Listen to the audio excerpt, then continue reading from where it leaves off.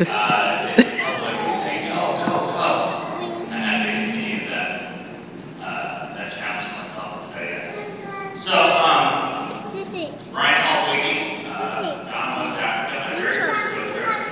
And when I boarded the plane at IND, I really had no idea what I was going to be doing on this trip, other than sharing malaria meds with Tracy Vermillion, because I forgot mine. So thank you, Tracy, for saving my life. And I knew that God wanted me to go on this trip, without a doubt. I just didn't have any sense of how He was going to use me. I couldn't understand that yet. And I went aboard the plane, followed everybody else, just really out of obedience. No clear agenda in my mind. I can take several hours, 3 minutes, to talk about the personal experiences that I had on this trip. If I described the entire thing as a mountaintop experience, each day would have been just a journey from peak to peak. It was truly amazing. But let me fast forward to when we returned, because I think that's when the impact of this trip is really a big difference on me. So when we returned from the trip, one of the common questions that I kept getting asked was, what did you do? And at first my mind was thinking that people wanted me to justify why I went. And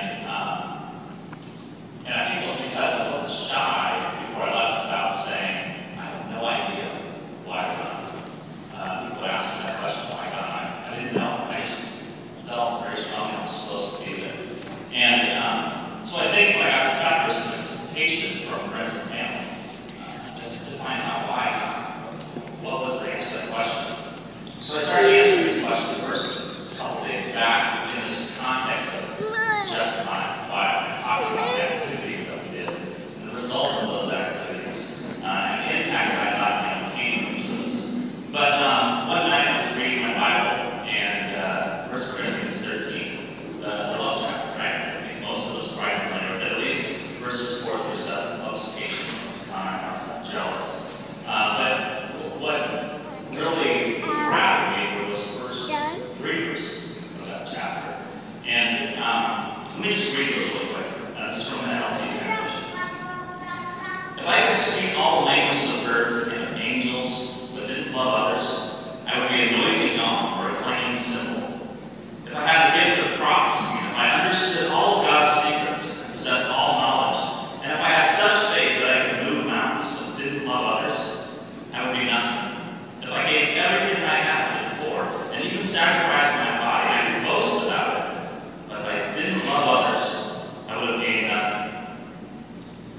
So after I read and reread this chapter, specifically those 3 verses, I realized that I'm answering that question in the wrong context.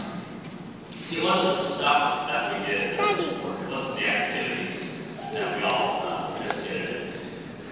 It was the love